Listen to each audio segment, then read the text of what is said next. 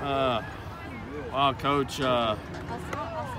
Malachi had him unofficially for like 335 yards rushing. I mean, it doesn't surprise me. I mean, our plan was, you know, that we thought going in we could run the ball. And felt like we had an advantage there.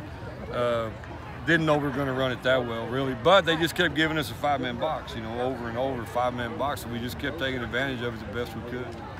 And when's the last time you can think of that you had a guy over 300 yards rushing? Since I've been here. You haven't had one in your era. I know that. Not even close. I think the only one that did it we barely get over 100 yards. I think Roy Bishop, if I'm thinking correctly, made it do like 313 back in the day. Yeah, that's huge. He's just a little sophomore, you know. He did exactly, you know, exactly what we tried to do in practice all week, and felt like, you know, that we could do that. I mean, we just felt like we matched up better with these guys up front than we have with some of the other ones.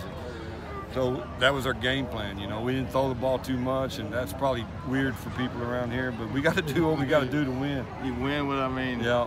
You do whatever suits the players best that you have out on the field. Yes, sir. It's sensational for anybody to have those kind of rushing numbers, but for a quarterback to do it, Coach. Yeah. You know. Well, I mean, we just kept feeding him, you know. I mean, y'all saw it. I mean, that's exactly what they were letting us do. So they weren't going to let us throw the ball. They had 2 safeties all night long, and, you know, they were trying to limit our passing game, and so we just stuck with the run. I was just hoping, you know, that what was kind of a little bit scary was we could never afford to get 2 down. You know, we were one touchdown down. We were still within range, and we could continue our game plan, and never got not further down than that, and then 8 points. So I felt good about that too.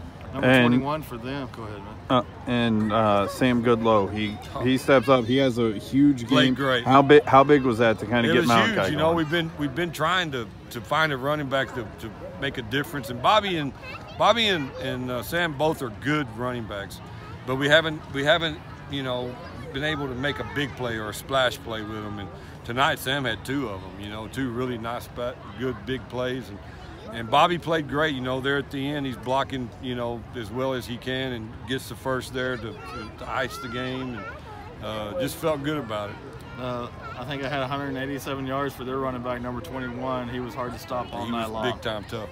And we knew he was. Hey, thanks. Appreciate it. You know, he really performed well tonight. They had a good plan for our defense when they came out in the first half. They were hitting that backdoor cut with him.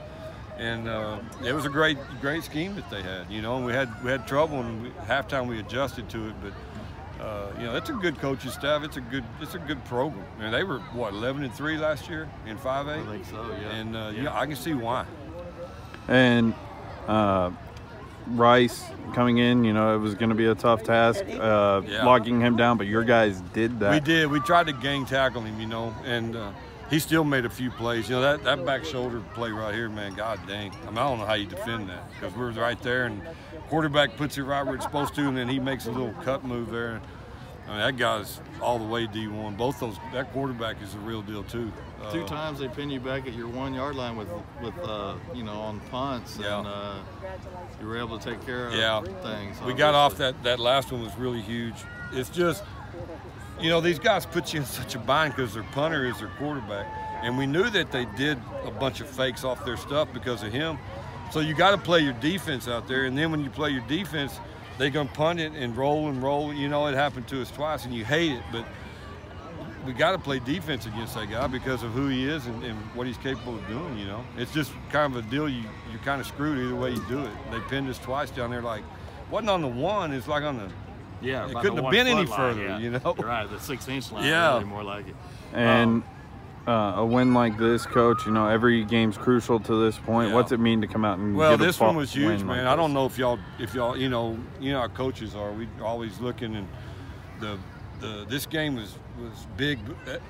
If it comes down to a 3-way tie, you know, with us and them and Abilene had them by 7, and we had Abilene by 2. So we had to win the game or get beat by 4 or less, or they would have the advantage over us if it was a 3-way tie. You know, we're still a long ways from that, but I mean, that scenario is very, you know, it could happen, you know, and so it was huge. I mean, they knew that, he knew that, you know, he had to win this game because he's already lost to Abilene, and he still has Haltom and Trinity left. And not that they can't beat them, but those are two damn good football teams. So it was a huge game just to try to find a way to get in the playoffs. And we're still with a shot to win district. I mean, if we win out, we got a piece of it. Yeah, I didn't hear a final, but I heard Weatherford was hanging with Trinity early on. I don't know how that one finished up. Well, I hope they do. But Weatherford's got a good team too. There's going to be some good teams stay home. I mean, there really is. Yeah.